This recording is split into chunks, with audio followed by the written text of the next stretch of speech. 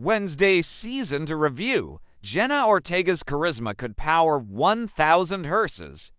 Tim Burton's smash hit Addams spin-off is as wildly entertaining as ever, and now with added Steve Buscemi. Its hugely elaborate, joke-packed return sees its star on wonderful form, Sarah Dempster. This article was originally published on The Guardian and is reproduced here with kind permission. Hark! 'Tis the peal of baleful bells, for a new semester has befallen Nevermore Academy, and freshly minted celebrity Wednesday Addams Jenna Ortega is, naturally, having none of it. I liked it better when I was feared and hated. She monotones as a flock of awestruck fellow students scrabbles around her ankles, autograph books aflap. Alas, her newfound fame is inescapable. You're kind of a big deal now after the whole saving the school from the demon pilgrim thing. It girl Bianca Joy Sunday explains, as much to the viewer as to Wednesday, who is perhaps too busy administering icily efficient death stares to her swooning fanbase to fully appreciate the ramifications of last season's finale. The demon pilgrim thing. Ah, yes, the demon pilgrim thing. This, you may recall, was the climactic first series kerfuffle surrounding one Joseph Crackstone, a bloodthirsty 17th century pilgrim resurrected by dastardly botany teacher, Beastmaster Marilyn Thornhill Christina Ricci. Having already manipulated barista, actual monster Tyler Galpin Hunter Dewan into killing a series of pupils, police, and local therapists, Thornhill planned on using the reanimated Crackstone to help her snuff out everyone else. Anyway, thanks to Wednesday, the evildoers are now either exploded Crackstone or banged up Thornhill, and Galpin and Nevermore, finally, is safe. Let joy, or at least guarded relief, be unconfined, and now, peace descends, and the second series of this most deliciously macabre of smash-hit murder mystery, high school comedy dramas, or at least the 4 episodes available prior to the second half of the series being launched in September, can proceed in orderly fashion. Or not, as the case may be, because roo-hro, here comes another baddie. Specifically, here comes the Kansas City Scalper, a serial-killing, doll-collecting professional dog groomer in a velour tracksuit played, with much oleaginous glee, by Haley Joel Osment of the Sixth Sense fame. In a breakneck pre-title sequence, we learn that Wednesday has spent her summer vacation tracking down the Scalper, being tied up by the Scalper, turning the tables on the Scalper, relieving the Scalper of his scalp, and finally delivering the Scalper to justice. The ultimate significance of all this is moot. Certainly the incident is, at least in this first episode, not referred to again, although only a Burke would bet against the scalpless sod popping up at a later date and putting everyone off their Wheatos. It is, all in all, a very Wednesday introduction to the new season of Wednesday. That is, a hugely elaborate and wildly entertaining thing that happens very quickly and at great budgetary expense, only to be promptly buried under the demands of a more immediately pressing plot strand.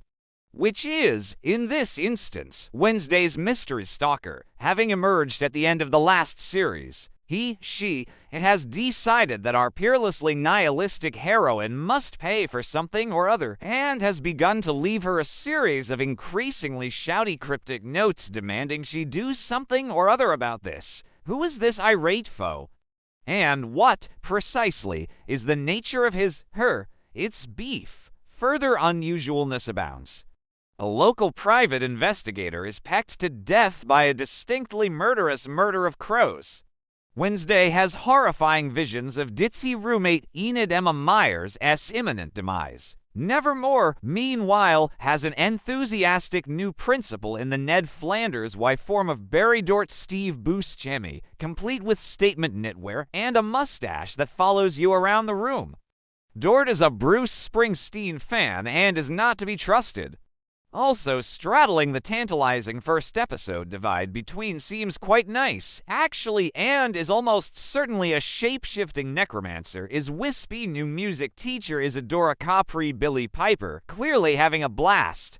Similar fun is to be had in the return of Catherine Zeta-Jones's woozy, pillowy Morticia Addams, if not in Luis Guzmán's lumpy, grinning Gomez, whose character, as ever, seems oddly unfinished, as if he'd abandoned rehearsals halfway through, having been distracted, perhaps, by a Scotch egg.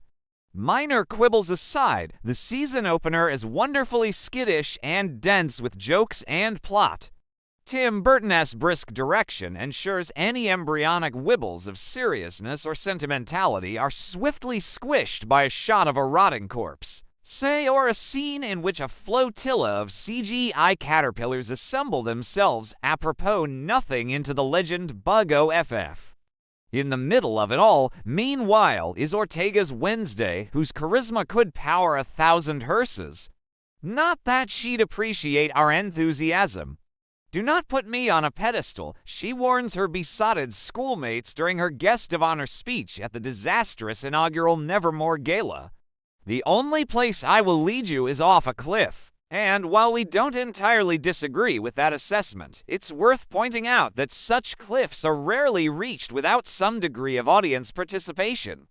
Thankfully, Ortega's deliciously dry-line delivery and masterclass in deadpan are on hand to ensure the show doesn't just send us over the edge, but does so with style.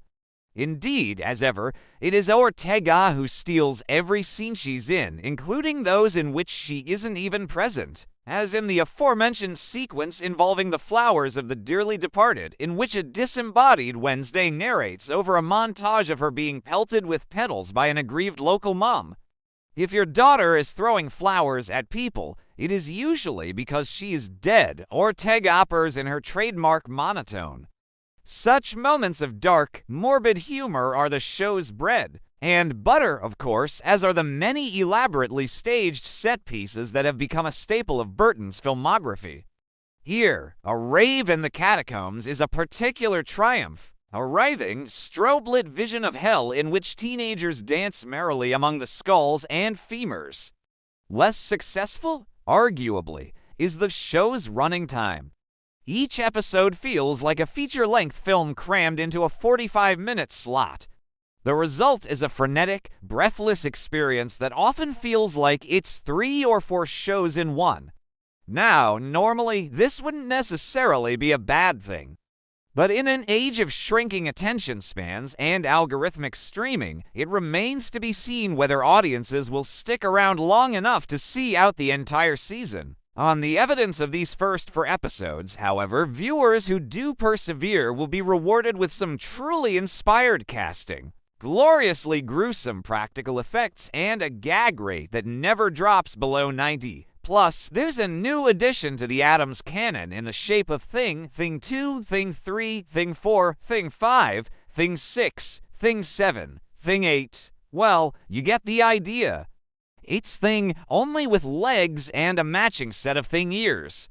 And while we might be slightly less enamored with this frankly ridiculous concept, Ortega is on fine form when she utters the immortal line that escalated quickly. So swiftly done and dusted is the 4th episode, in fact, that it feels churlish to demand anything more of the show right away.